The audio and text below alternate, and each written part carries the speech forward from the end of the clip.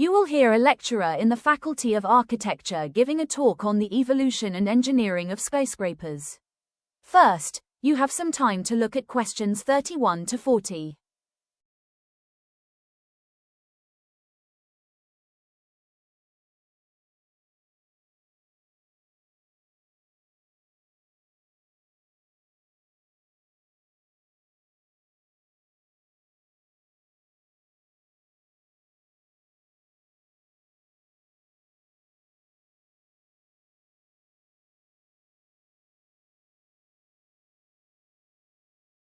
Good morning, everyone. In today's session, we're looking at the iconic giants of our city skylines, the skyscraper.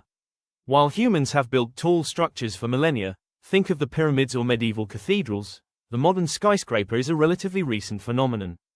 Historically, before the mid-19th century, building height was restricted by two main factors. First, walls had to be incredibly thick at the base to support the weight of masonry.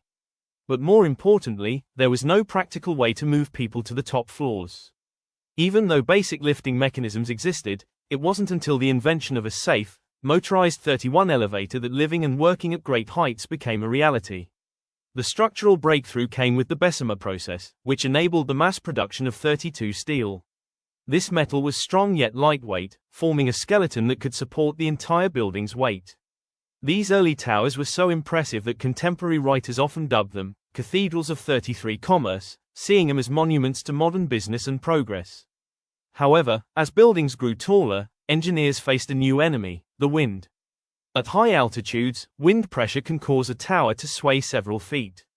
To manage this, many modern skyscrapers use a tuned mass damper. This is essentially a massive 34 pendulum, often a steel ball weighing hundreds of tons, suspended near the top of the building to counteract the movement caused by gusts. Furthermore, the stability of the entire structure depends on what lies beneath.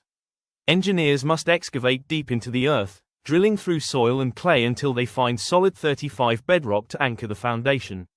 In the 21st century, the focus has shifted toward the environment. We are now seeing the rise of vertical forests, where thousands of trees are integrated into the facade. These aren't just for show. They significantly improve the quality of the 36 air in the surrounding urban area by filtering pollutants. Technology is also playing a role on the skin of the building. New types of 37 glass are being used that can actually capture sunlight to produce electricity. Interestingly, some architects are moving away from traditional materials entirely. They are now testing the viability of 38 timber as a primary structural element. While it sounds counterintuitive, mass timber is highly fire-resistant and far more sustainable than concrete or steel. Looking ahead, the future of construction may be modular.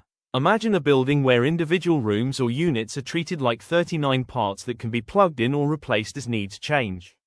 Ultimately, the industry is racing toward a net zero 40 energy rating, where a building generates as much power as it consumes.